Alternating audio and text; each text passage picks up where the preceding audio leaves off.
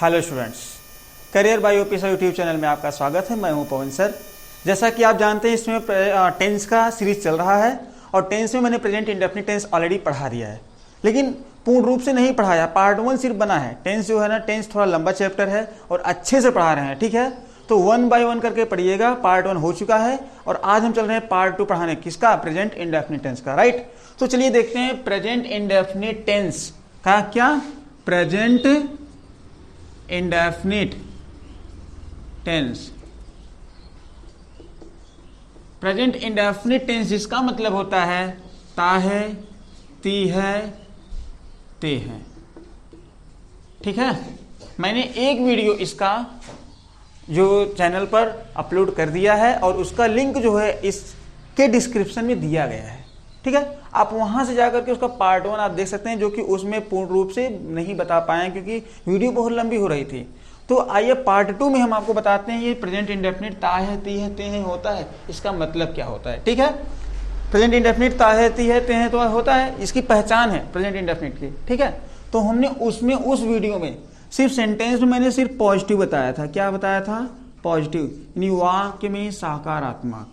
क्या बताया था? सिर्फ सकारात्मक, यानी कि सिर्फ साधारण सा वाक्य बताया था, सिर्फ पॉजिटिविटी थी सेंटेंस में। मैं बाजार जाता हूं, तुम आते हुए खाना खाती, सीता खाना बनाती है, ऐसा करके।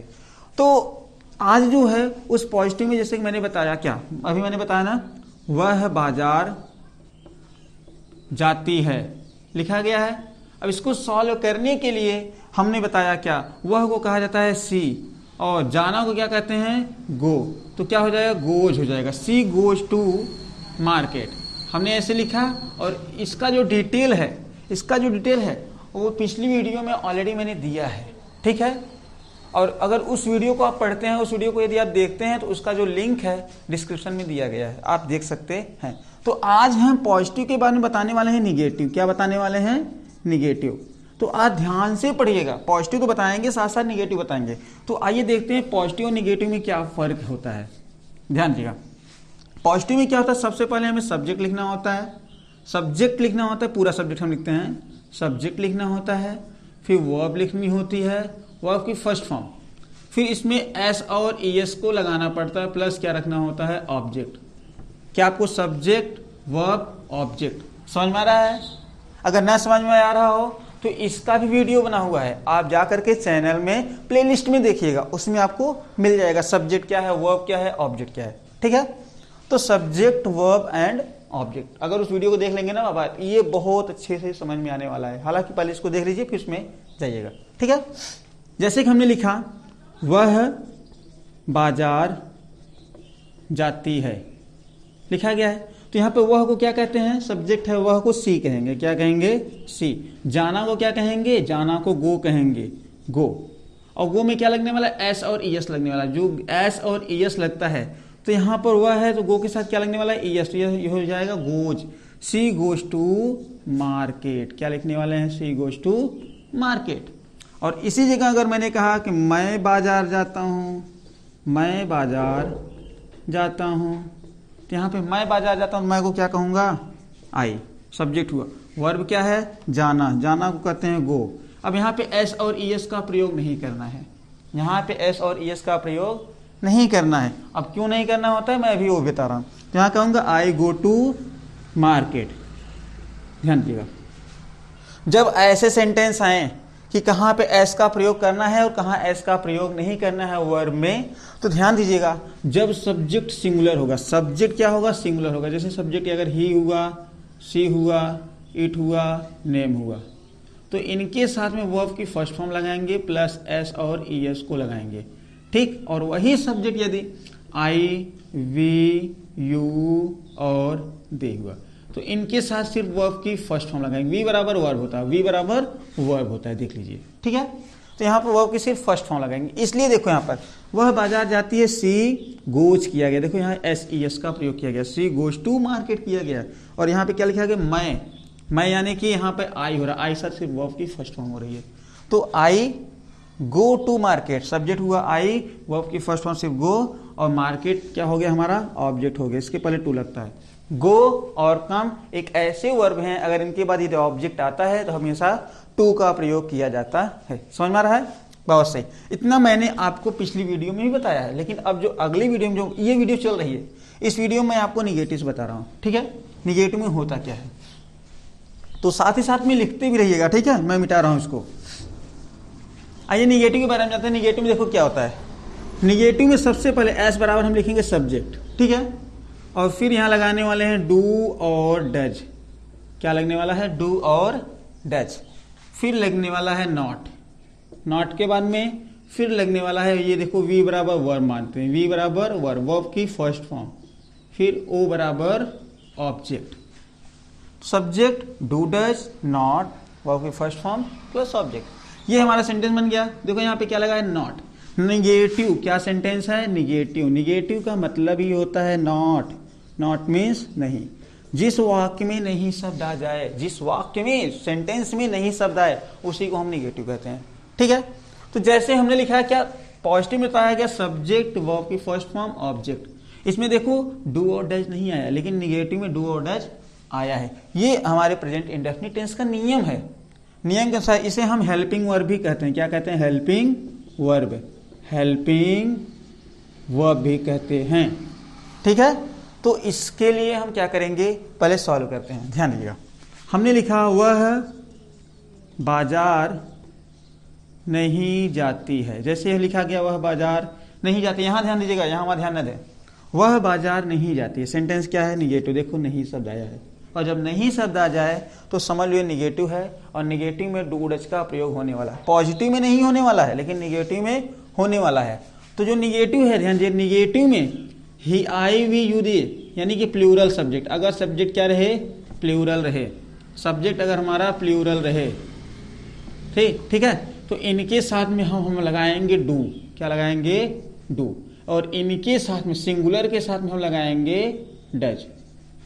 यहां ध्यान दीजिएगा, ही सी इट नेम के साथ में डज का प्रयोग करेंगे, आई वी यू दे के साथ में हम डू का प्रयोग करेंगे। तो यहाँ पे वह बाजार जाती है, ठीक है, नहीं जाती है, निगेटिव है।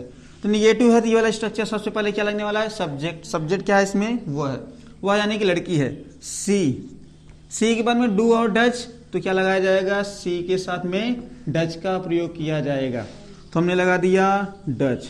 सी डज नॉट। नॉट।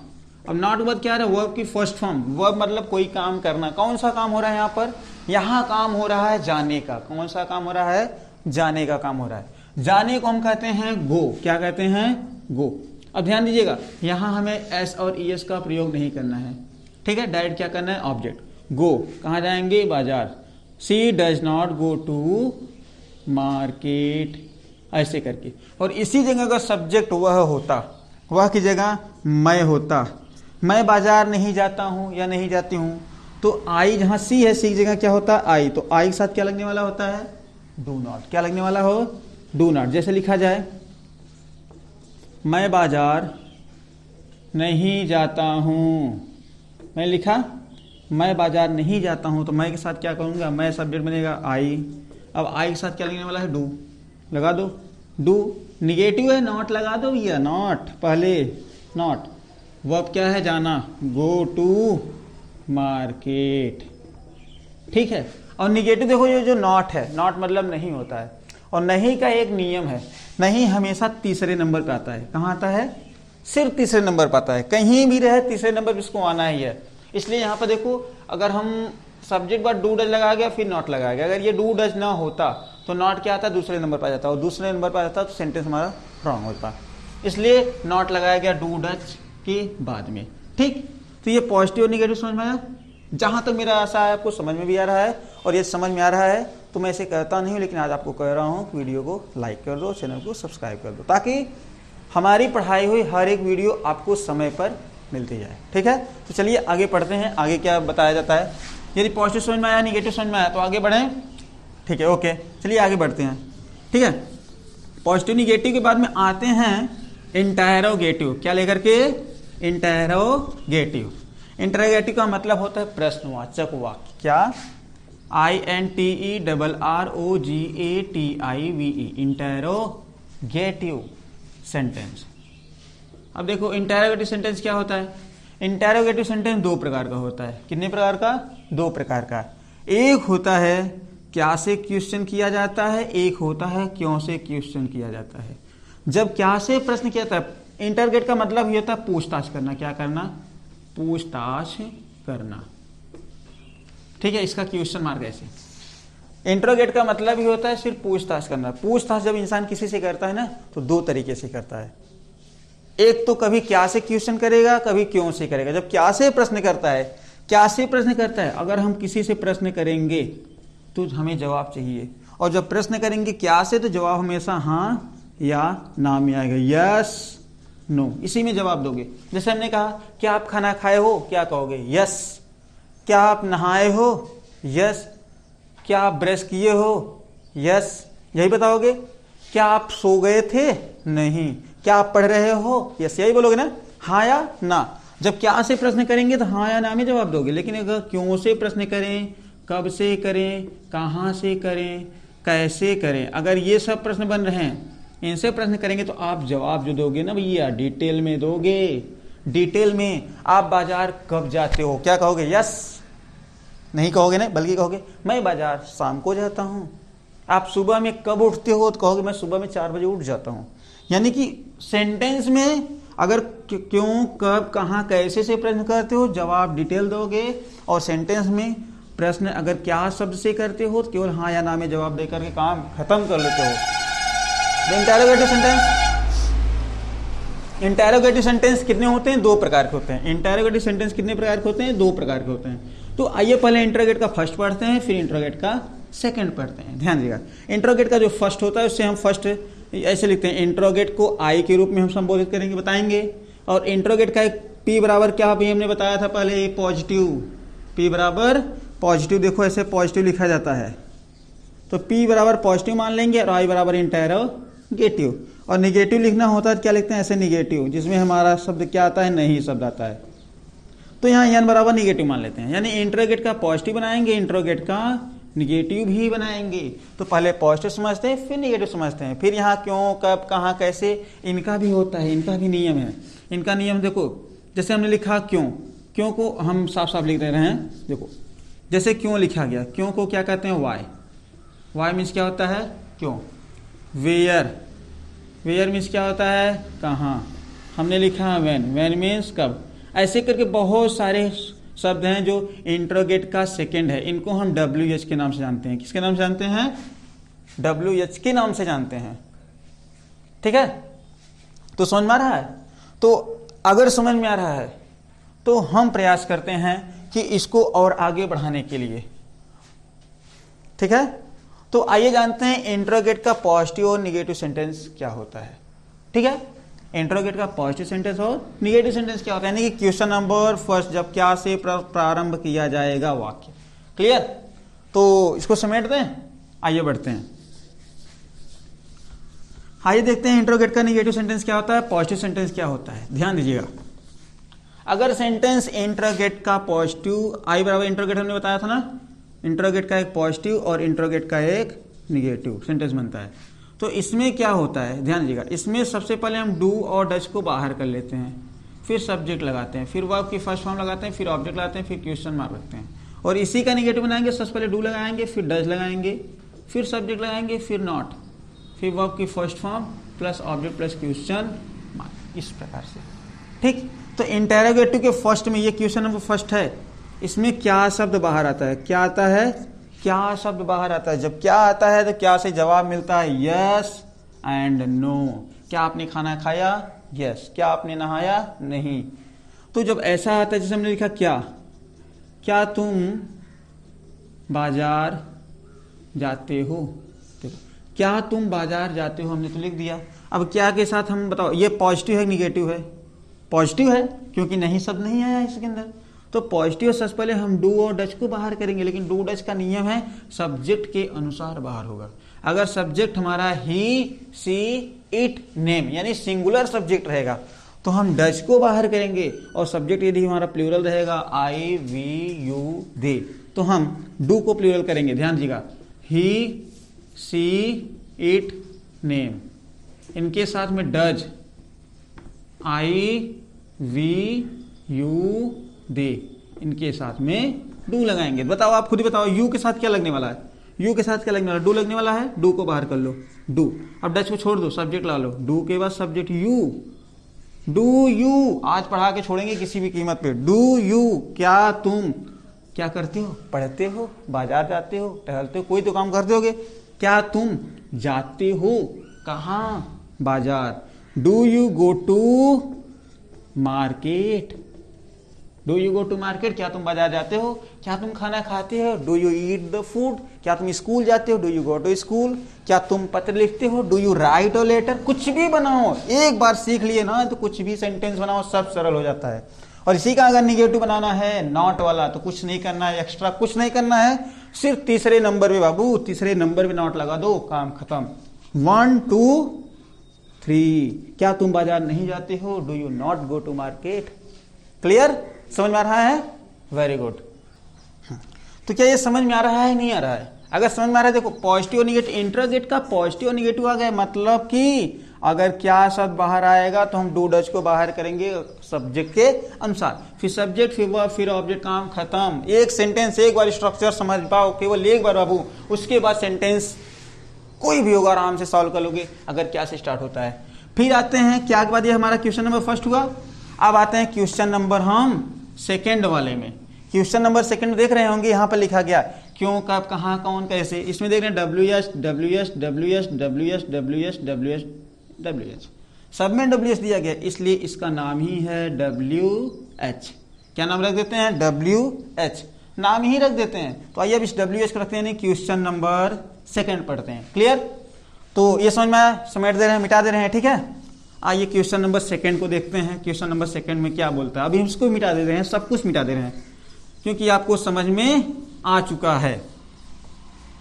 तो क्वेश्चन नंबर, मतलब हमने क्या कहा, क्वेश्चन नंबर सेकंड होगा। क्वेश्चन कैसा होगा? सेकंड होगा। इसका नाम हमने क्या रखना है? सभी शब्दों में WH है, इसलिए इसका नाम ही हम रखते हैं WH। WH family. क्या कहते हैं? WH family. तो सबसे पहले WH, देखो सेंटेंस चाहे जो होगा, एक WH का पॉजिटिव बनेगा, एक WH का निगेटिव बनेगा।